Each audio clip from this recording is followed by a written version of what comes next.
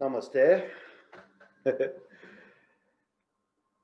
There are three pursuits that are common to everyone in life. The first is that we don't want to die. We want to live and we don't accept death.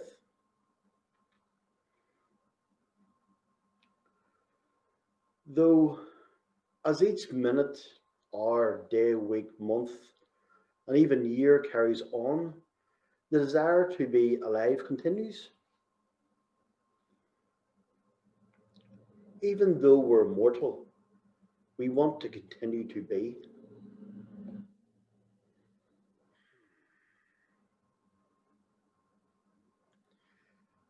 Like all creatures, we too have a love for life, though it comes with a strong fear that we might die any moment.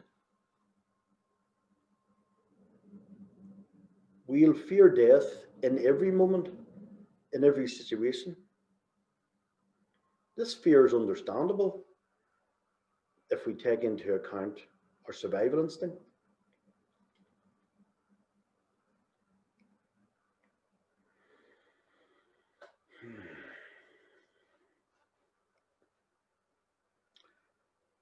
The second pursuit can be linked into the first in a fashion. It's the desire to be free from sorrow. Sorrow can come in many forms, perhaps even in regard to life itself, which is why, although humans love life, at times they may commit suicide.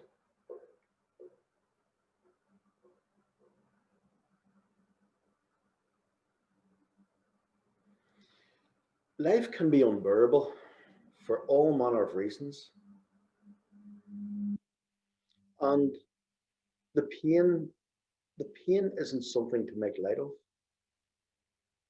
though it's not that the person no longer wants to live.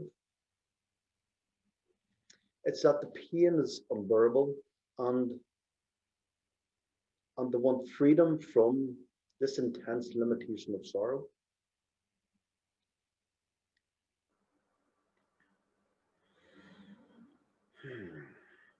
The third pursuit, the third pursuit is in regard to ignorance. Humans don't like not knowing, though not knowing is only okay when you don't know that you don't know, to illustrate the point. Hmm. If you think about it, you'll find that all your activities, all of your activities have their foundation in these three pursuits. You want to live happily, and to live an informed life. The problem with these goals is that they're actually reinforcing that you are mortal, unhappy, and ignorant. It's no wonder that people feel inadequate.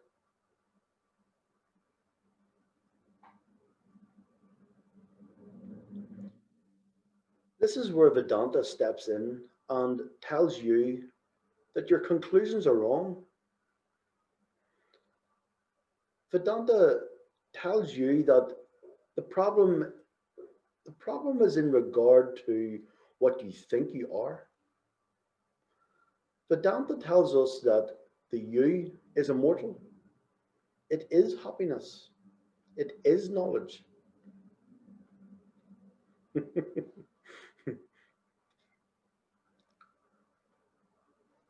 If you are mortal, how can you be freed from mortality? If you're immortal, you're immortal. Yeah. It won't be possible to get rid of mortality.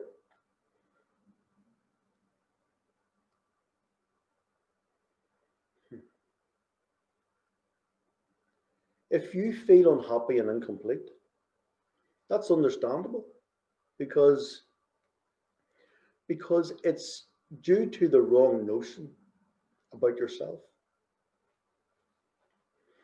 If you identify as a body, you'll definitely feel inadequate. Likewise, the mind also has its limitations. And this is because intelligence, memory, and emotions are all limited.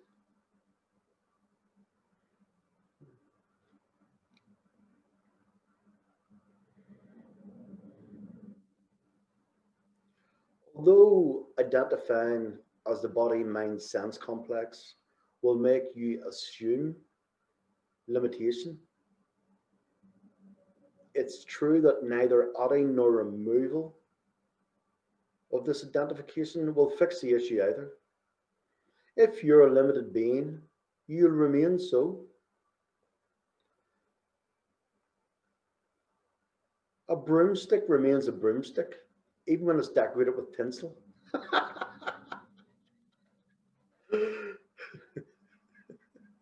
If you're a limited being and you get a lovely house, a lovely car, a lovely job, a lovely family, lovely relationship, you're still a limited being with those things, with those objects.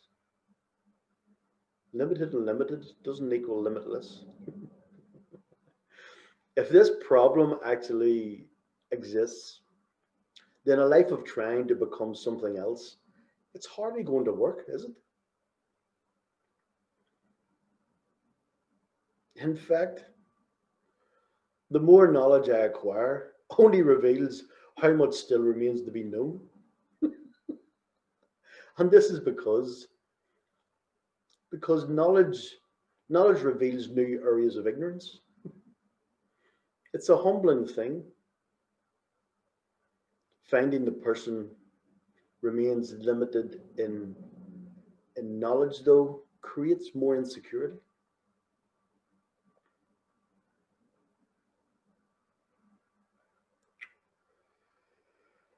Vedanta, Advaita Vedanta will show you how your thinking has been wrong. The good news is that because it's been wrong, there is a right, there is a solution. Vedanta says it's a mistake to think that you're mortal, unhappy, and ignorant.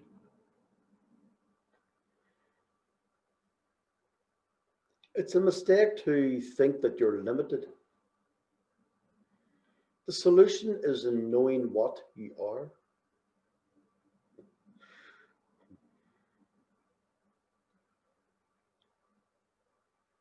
When you're happy in that moment, the real you is available.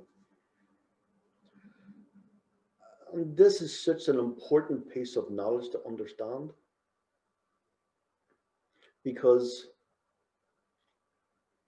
because it has many implications.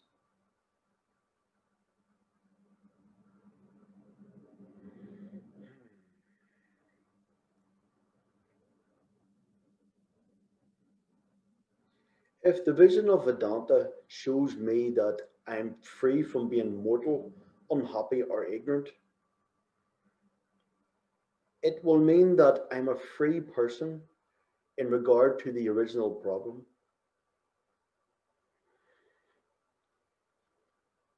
When I see myself as a free person, my whole world will be one of a great adventure.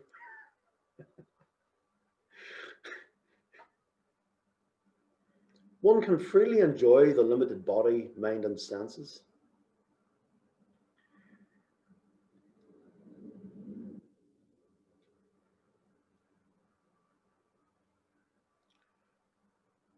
When I see myself as free, I want to explore and discover life.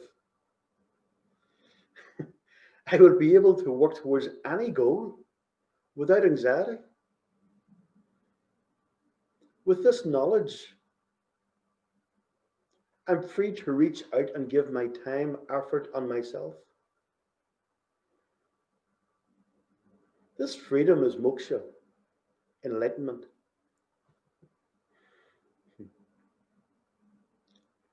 Vedanta, Vedanta is a means of knowledge.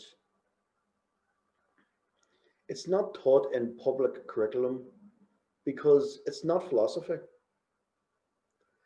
Neither is it academic. In our tradition, what we study is life. This is why there's no spiritual bypassing for the enlightened person in our tradition.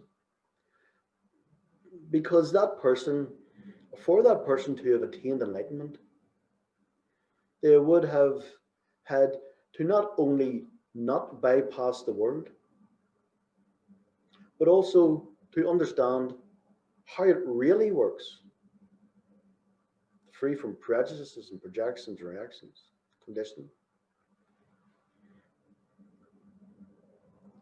Vedanta isn't speculation because it's about me. It's about you. Vedanta deals with what is the truth, what is reality.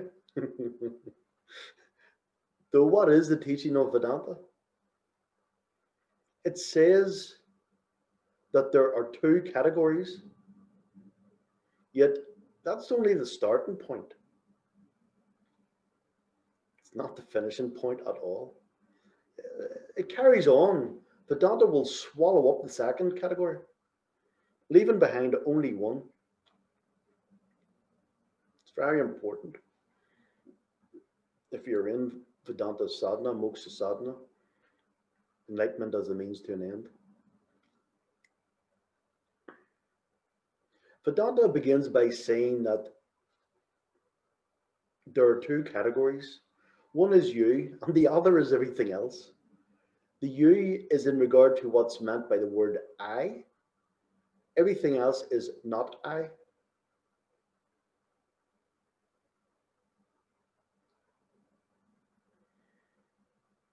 But where is this not I? Vedanta tells us that even the body is of this word, obviously. It's true that you have a special relationship with your body,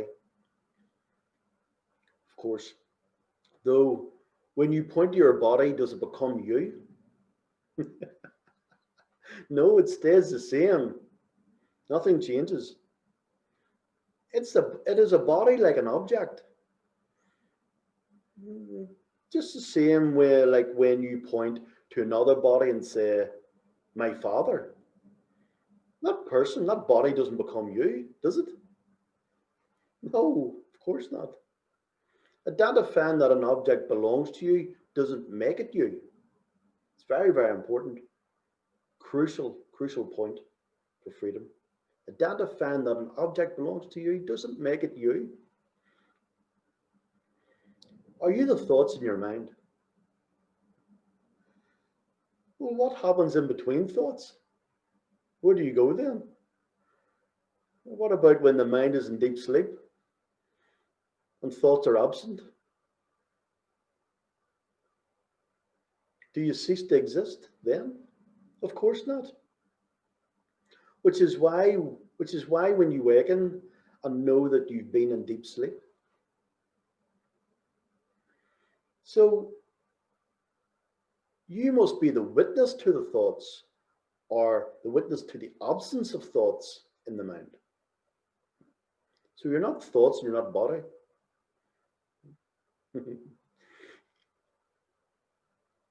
Self-judgment. Self-judgment is based on memory. Though since I'm neither the body nor the mind, I'm also not memory.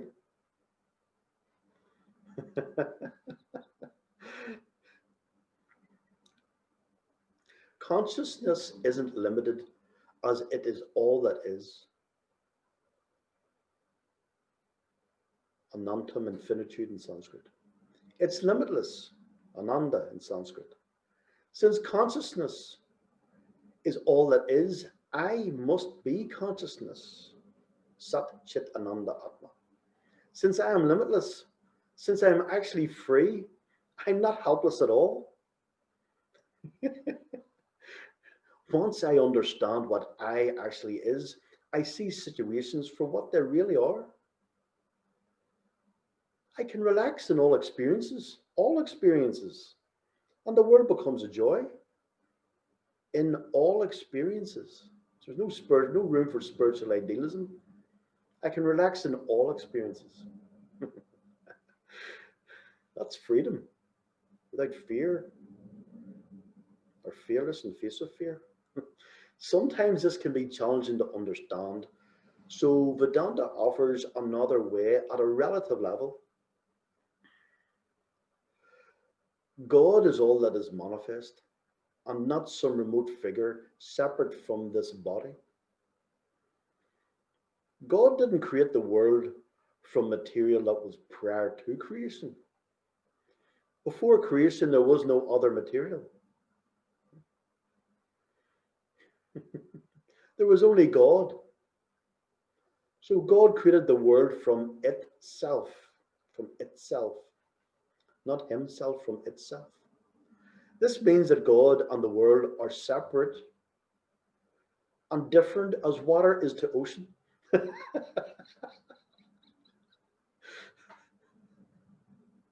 It's a very important point of inquiry right there. Vedanta helps us see the world from the proper perspective. It offers it offers a change of attitude and values that enables the person hmm, to give their best without stress or pressure. Vedanta is you.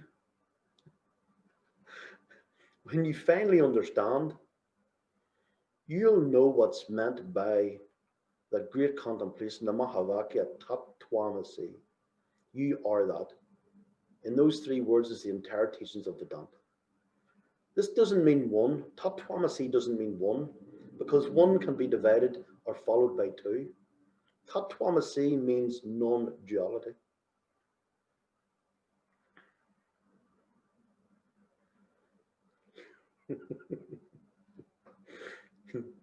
It's important for Vedanta to be communicated well. It has to be handled by a teacher, a traditional teacher, who uses words very precisely. The modern teachings will talk of experience, though Vedanta unfolds the truth of all experience. Truth isn't an experience. It's it's understanding the experience.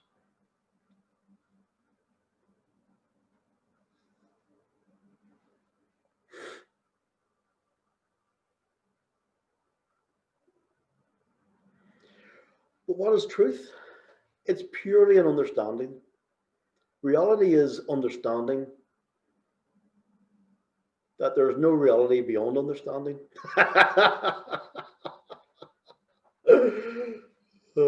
When we understand the reality,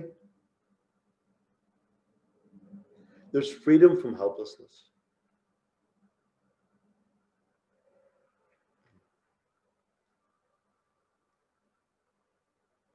Thank you for watching this video on this short three-part series.